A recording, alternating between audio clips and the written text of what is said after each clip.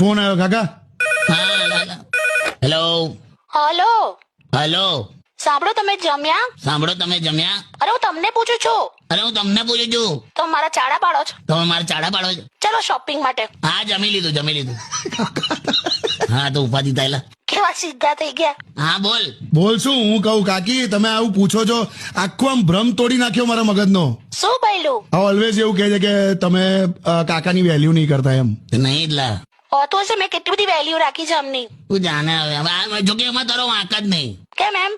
Wife નું હવે શું કહું. ના બોલો બોલો. જો તમે લોકોએ ઘર છોડ્યું તો તમને સાસરું મળ્યું, હા ભાઈ છોડ્યો તો દિયર મળ્યો, બરાબર. બેન છોડી તો નણંદ મળી, હા માતા પિતા છોડ્યા તો સાસુ સસરા મળ્યા. બરાબર. પણ તમે એવું તો શું છોડ્યું કે તમને પતિ મળ્યો? કઈ જ નહીં, મફતમાં મળી ગયો છે, વેલ્યુ નહીં.